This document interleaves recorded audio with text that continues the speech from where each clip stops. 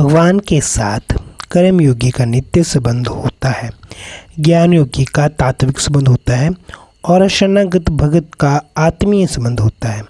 नित्य संबंध में संसार के अनित्य संबंध का त्याग है। तात्विक संबंध में तत्व के साथ एकता तत्वबोध है और आत्मीय संबंध में भगवान के साथ अभिन्नता प्रेम है। नित्य संबंध में शांत रस है, तात्विक संबंध में अखंड रस है और आत्मीय संबंध में अनंत रस है। अनंत रस की प्राप्ति हुए बिना जीव की भूख सर्वथा नहीं मिटती। अनंत रस की प्राप्ति शरणागति से होती है।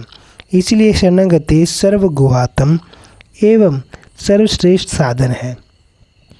सर्वधर्म अनप्रत्यज्य पद का अर्थ है संपूर्ण धर्मों का स्वरूप त्याग, स्वरूप से त्याग नहीं है, प्रत्युत संपूर्ण धर्मों के आश्रम का त्याग है। तात्पर्य है कि किसी भी धर्म कर्तव्य कर्म का आश्रय ना हो। जैसे पहले अध्याय में आया है, तो इमे अवस्थिता युद्धे प्राण सत्यक्त्वा धनानि च। वहाँ भी प्राण सत्यक्त्वा का अर्थ प्राणों का त्याग ना लेकर प्राणों के आश्रय आशा का त्याग ही लिया जा सकता है, क्योंकि प्राणों का त्याग करके कोई युद्ध में कैसे खड़ा होगा, असंभव बात है।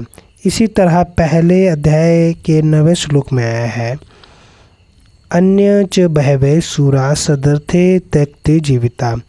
तो इसका अर्थ ये नहीं है कि बहुत से अनन्य शूरवीर अपने जीवन का त्याग करके खड़े हैं।